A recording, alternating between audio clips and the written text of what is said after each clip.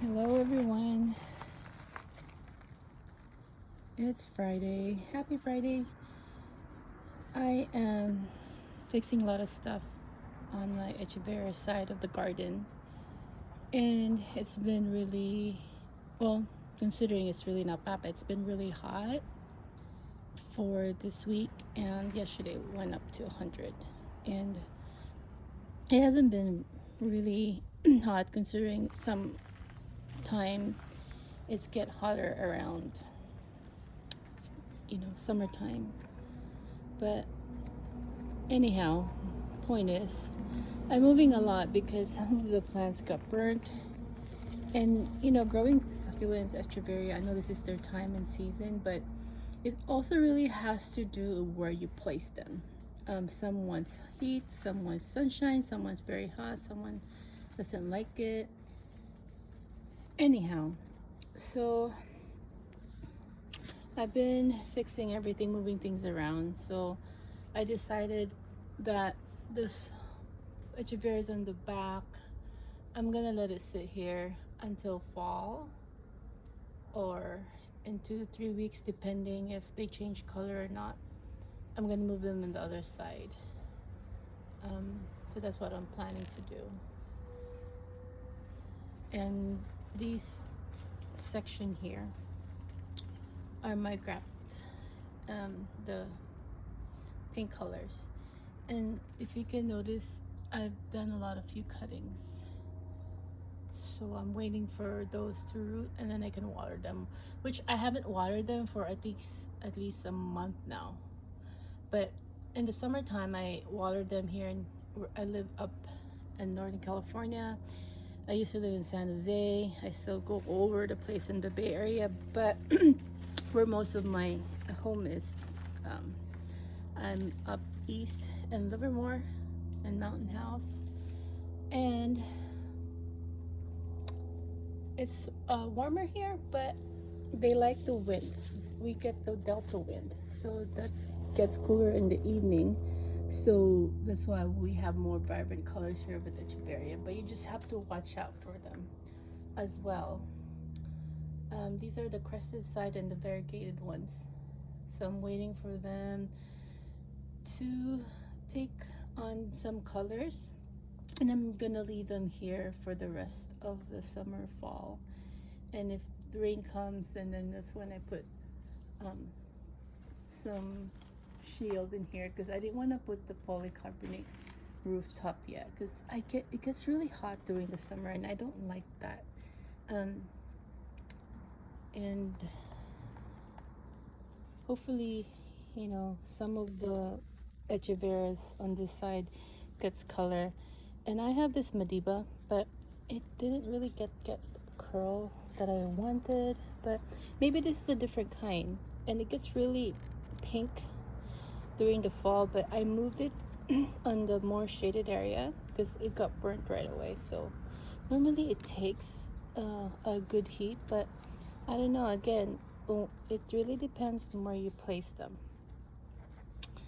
And I was about to propagate these, but they're sitting really well, so I'm just gonna let that sit again too. Of course, Mr. Richard, some of them lost their variegation, and these colors are like this because, again, they got really exposed to the sun. So I'm moving them here in this corner where it's not too gets a lot of direct sun. Well, there's a shield here, but I didn't want it to have a double one because it gets I wanted to train them that it's okay for them to have a bit of a sunlight in a certain time of day. These are growing really well.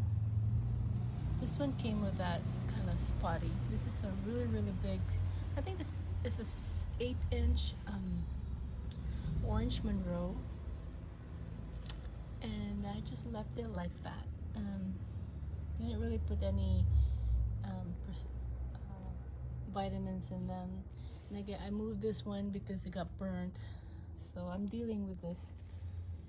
A lot of color discoloration, but it's okay. It's it's a character, correct? So I'll leave it as that. And this is a shaded area, so I moved some of my ioniums here. I kind of left it like that, and I will move them again once they bloom during the fall season. And this is the corner here where it gets more shaded area.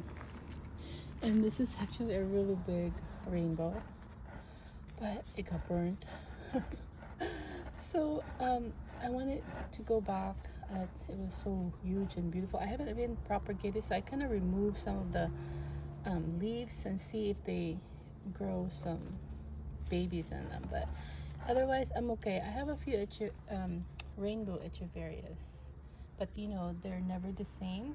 And some comes from the imported one. This is an imported one from Korea, and I got some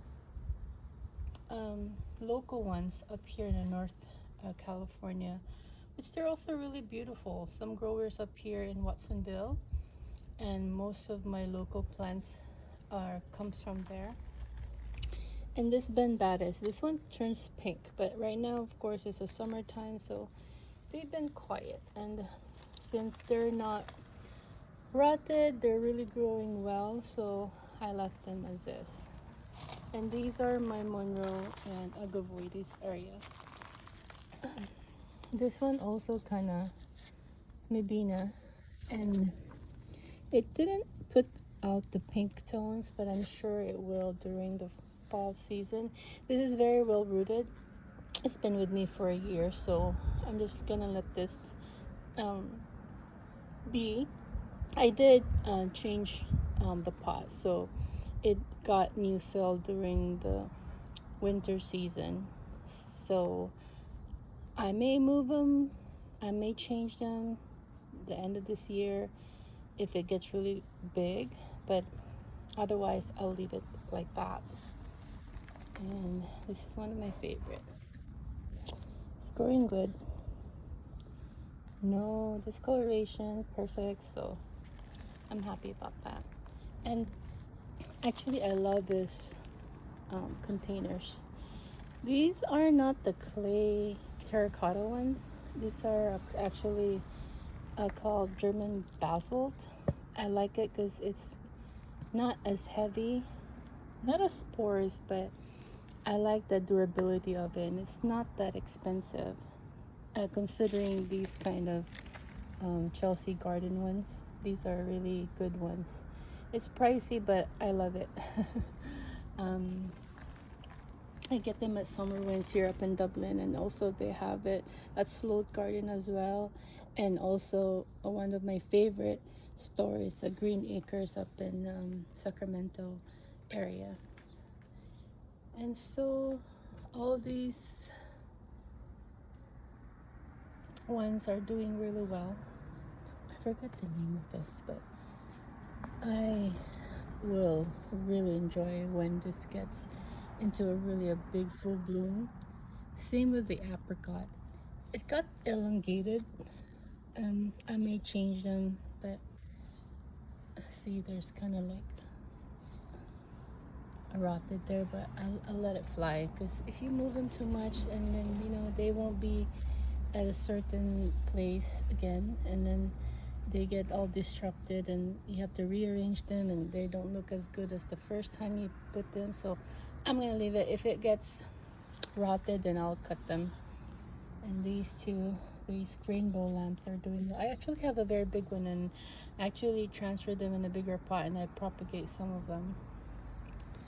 I always forget the name of this, but I love this because during the fall, springtime, this gets really dark, purplish, like a PVN. And these are the local. These are one of the first arrangements that I did, but I gotta watch out for it. There's a lot of bugs in them.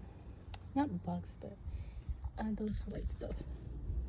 And I have to put alcohol solution. And this is the rainbow that I have. That's also doing well in this shaded area. And look at my strings of heart. They're like growing crazy. Like they go way down there. So I have to propagate these, but I just didn't get the time to do it because I have to get some good containers for them.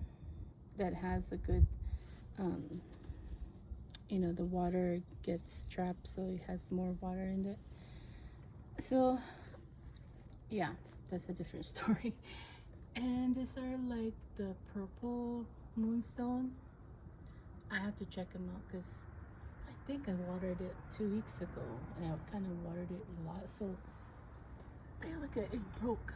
So I'm gonna leave it alone for another week and just kind of leave it like that. And the Cinderella, it's not overstressed. They're very healthy right now. So the colors is staying as their bluish tone. But if you stretch them out, this one is really beautiful because they get really, really pinkish hues on them. And my Zestar and some of my crested ones are here.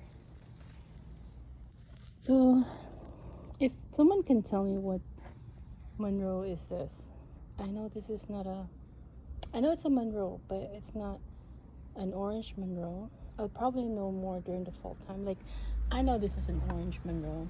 This is a pink, use of bluebird. I have a regular bluebird. I have the imported ones and I have the local ones. And this is a red velvet. And I forgot this name of this. And this is the imported ones. And I want to know, and I have the local ones, and it's actually really big and the same, so I can't really distinguish between the two. This one just has more hues of purplish, like a PVN, but I'm gonna let it fly and then have to compare with them later. And these are all my Echeverias. So yeah, anyway, back to this. Let me know if you know what Monroe this is. And all my Echeverias. This is the Echeveria honeymoon. It looks small in the photo, but this is actually a 6-inch pot. And most of my basalt pot, I put all of my favorite national parks. So these are my Echeverias, and I don't know, I forgot what this is. I forgot the name of it. I have the names in my computer. I mean, I put it up on my file, but you know, I don't like those. I have so much labels in them. I rather try to memorize them, but and it gets so, like, aesthetically, it gets so crowded, and I don't like the look of it. Like, there's so many labels in them. If you know, if you know. If you don't, you don't. If you remember, remember. That's my thing. And oh yeah, my red ebony is growing well, healthy. And actually, this is one of my favorite. I forget the name. I'll put it in the label. But this one gets really yellow and pinkish tones during the fall season. And I just love it. Love it, love it, love it. And this one I'm letting fly. I have to repot this because these are all in training pots. So I'm just leaving it as, and I propagated some of this, what do you call this, crapto, and the rainbow. I don't know where I put them, the cuttings, but it was really such a big bunch, and I wanted it to be in a narrower, where it grows narrow and not like all spread out. I'll show you the difference that I had it before. Actually, it was really beautiful and really lush and a lot, but I wanted it to grow nicely, like in one length and not all over the place. So let's see, by the fall time, I'm sure that some of these babies will grow better, healthier looking, and I will, by next year around this time, I will have a full blooms on this plant. These are all my sunburst, and these are all of my old arrangements. And these are my local ones. They're on the 8-10-inch pot. They look small, but and if you see them, they're really, really huge, like really big. Some of my local ones. And I'll get back to these again. I think I'm out of time. And I'm gonna have to repot these. So next time